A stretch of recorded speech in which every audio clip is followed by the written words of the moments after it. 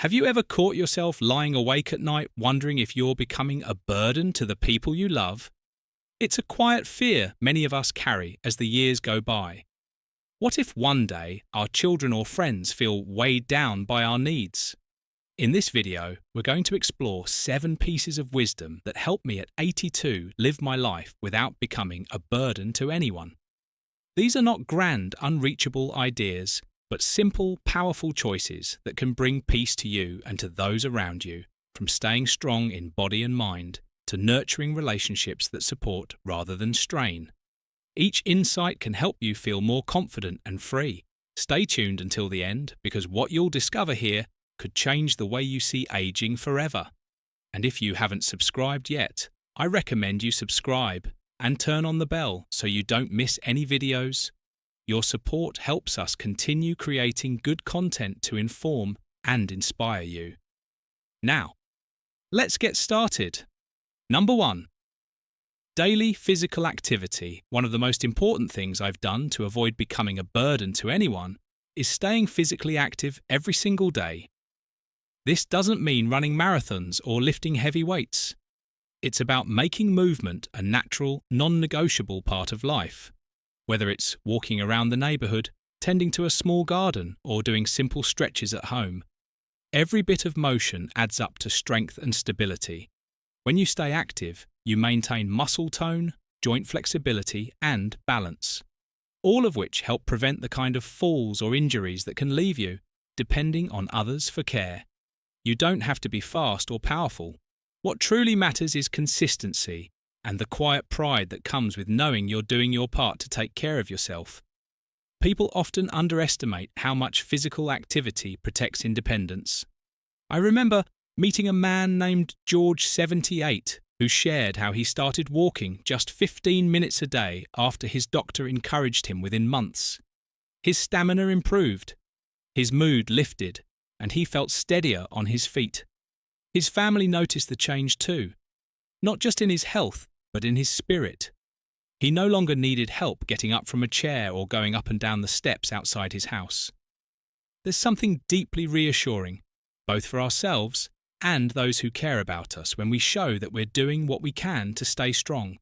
And this steady effort speaks volumes. It says, "I'm not giving up on myself, and you don't have to worry about me quite so much."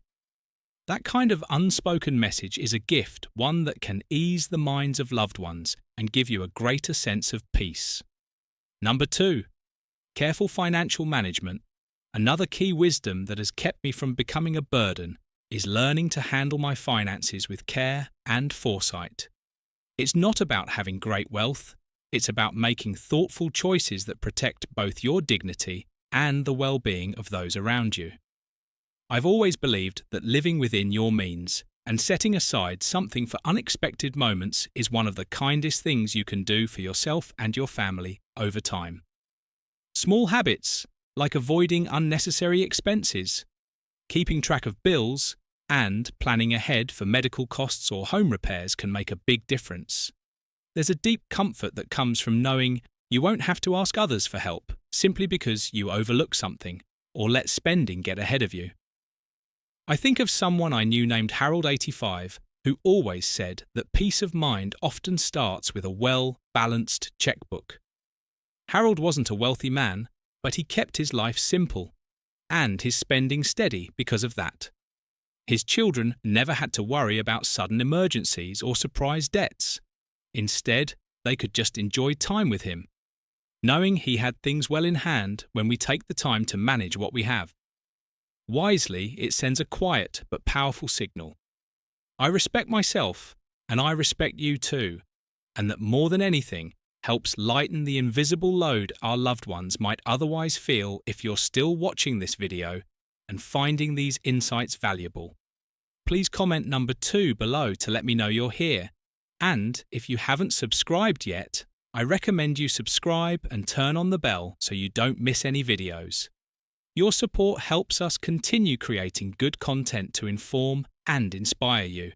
Now, let's move forward. Number 3, early and honest asking for help. One of the wisest lessons I've learned over the years is that Asking for help before small troubles grow into big ones is not a weakness. It's a strength. When you speak up early, you give your friends and family a chance to support you in simple, manageable ways, rather than having them step in during a crisis that could have been prevented. There's nothing shameful in saying, "I could use a hand with this." Whether it's with lifting something heavy, understanding a confusing piece of paperwork, or even getting a second opinion on a health matter, people want to help, but what wears them down is when they're called in too late, when the problem has already grown too large and urgent. I think of a woman I once knew, Margaret, who was 81. She shared with me that for years she tried to do everything herself, thinking it was the only way to stay independent, but over time she realised that by letting people help her with small things like changing a light bulb or carrying groceries, she actually gave them peace of mind because they knew she was safe, and in doing so, she prevented those small tasks from becoming bigger hazards. The truth is, asking early keeps you safer and gives your loved ones a sense of trust and reassurance. It shows them that you're wise enough to protect yourself before danger arrives. That is a gift in itself, and it's one of the simplest ways to make sure you never feel like a burden. Number 4, staying on top of health. A choice that has served me well over the years is making my health a priority.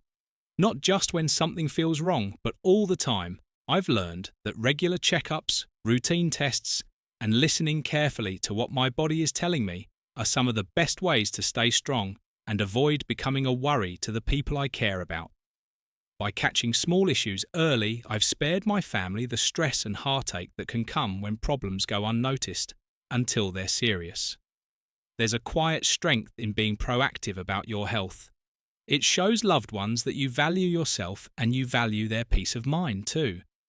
I remember my neighbour Paul, who was 79 when he started having minor dizzy spells instead of ignoring them.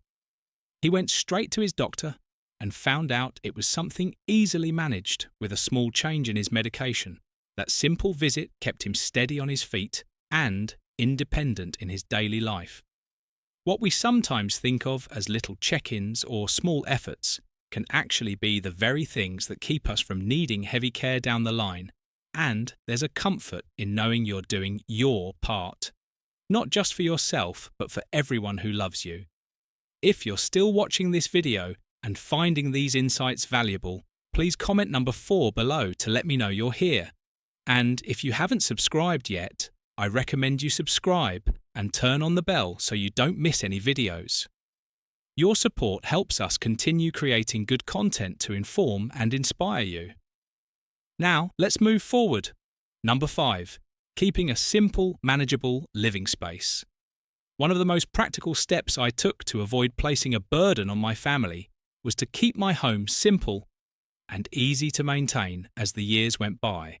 I realised that holding on to too much, whether it was furniture, knickknacks, or unnecessary household items, only made daily life harder and riskier. A cluttered space invites falls, confusion, and extra work for both yourself and anyone who might come by to lend a hand by choosing to pare down to the things I truly need and love. I created a home that supports my independence rather than undermines it. It's amazing how much lighter life feels when you don't have to worry about dusting around 100 little objects or navigating a maze of things that no longer serve a purpose. I think of my friend Ellen, 83, who decided to downsize after realising that her large, overfilled house was starting to overwhelm her. She moved to a smaller place that was easier to clean, easier to move around in, and easier for her children to visit without feeling. They had to pitch in on chores every time they came. The relief in her voice when she talked about how free she felt was unforgettable. A manageable space is a gift to yourself, but it's also a way of quietly telling those around you, "I've got this covered, you don't need to worry." And that in itself lifts a weight off everyone's shoulders. Number 7, nurturing friendships and community ties. One of the most powerful ways I've kept myself from becoming a burden is by making sure I'm part of a community that supports and uplifts me. It's easy as we age to let our world get smaller and smaller. but that can leave us leaning too heavily on just one or two people. Often family for all our needs, emotional, social, and practical, by staying connected to friends, neighbours, or groups that share my interests. I've built a safety net that helps me stay balanced and supported without placing too much on any one person. These friendships and connections mean there's always someone to share a meal with, someone to call when I need a ride to an appointment, or simply someone to talk to when I'm feeling a little lonely. I think of my old pal Frank 80, who made a point of joining a local walking group after his wife passed that simple decision. Not only kept him active, but surrounded him with good people who were happy to look out for him and who he could look out for in return. When you invest in community ties, you give yourself the gift of companionship, and you give your family the gift of knowing that you're not alone or isolated. If you're still watching this video and finding these insights valuable, please comment number Seth below to let me know you're here. And if you haven't subscribed yet, I recommend you subscribe and turn on the bell so you don't miss any videos. Your support helps us continue creating good content to inform and inspire you. Now, let's move forward. Number 7. Letting go of unnecessary control. One of the quietest but most meaningful changes I made in my life was learning to let go of things that no longer served me, especially the need to control everything around me. As we get older, it's natural to want to hold on tightly to our routines, to our belongings, to the way things have always been done. But I found that the more I tried to control every detail, the more tension it created between me and the people who care about me by softening my grip and trusting others. Now and then I made room for peace. And understanding this doesn't mean giving up on what matters to you. It means recognizing the difference between what's essential and what's just habit. I think of my cousin Walter 84, who used to insist on managing every little task around the house, even when his hands weren't as steady as they once were. When he finally let his grandson help with small repairs, something beautiful happened. Their bond grew stronger, and Walter felt less weighed down by chores he no longer enjoyed.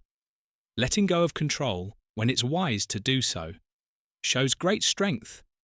It tells those around you that you trust them and that you care more about harmony than having everything done your way, and that more than almost anything else helps keep you from becoming a source of stress to those you love.